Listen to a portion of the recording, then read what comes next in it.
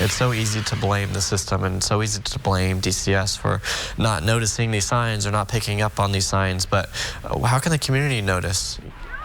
Everybody can prevent child abuse. That's what one victim of years of abuse believes and wants to help train communities to recognize the signs better. Last year, Indiana had the second highest rates for child abuse in the country. The child victims in our states more than doubled the national average. RTV6's Stephanie Wade explains how this advocate is now working with law enforcement to save more children. Traumatic, heartbreaking.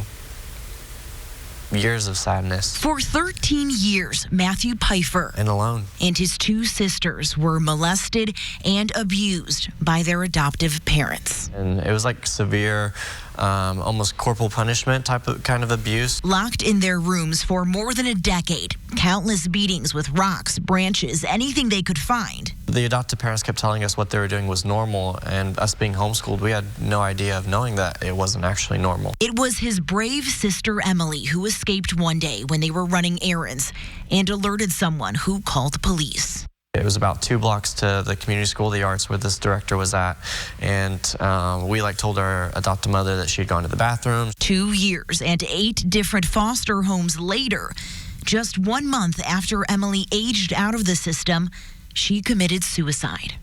Imagine if those people in the community were more aware and knew those signs and what to look for and actually were willing to step up and say, you know, this child, I don't want to see this child on the news in 5 years dead because I didn't step up and I didn't say something. Last year, there were more than 29,000 victims of child abuse in Indiana, making our state second in the nation, only behind Kentucky.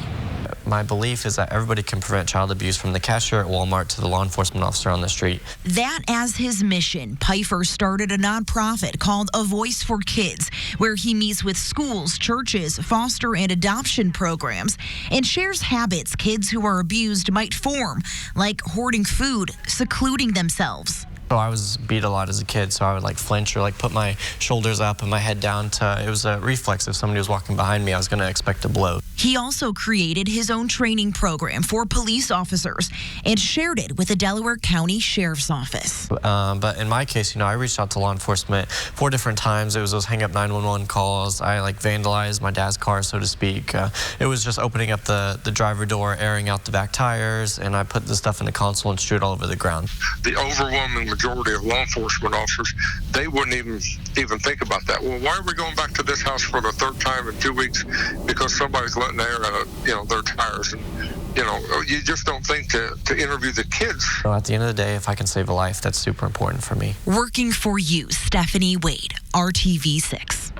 And the same training will be implemented soon at the Muncie Police Department. The sheriff encourages other agencies to consider contacting the organization as well. For more info, head over to our website at theindychannel.com.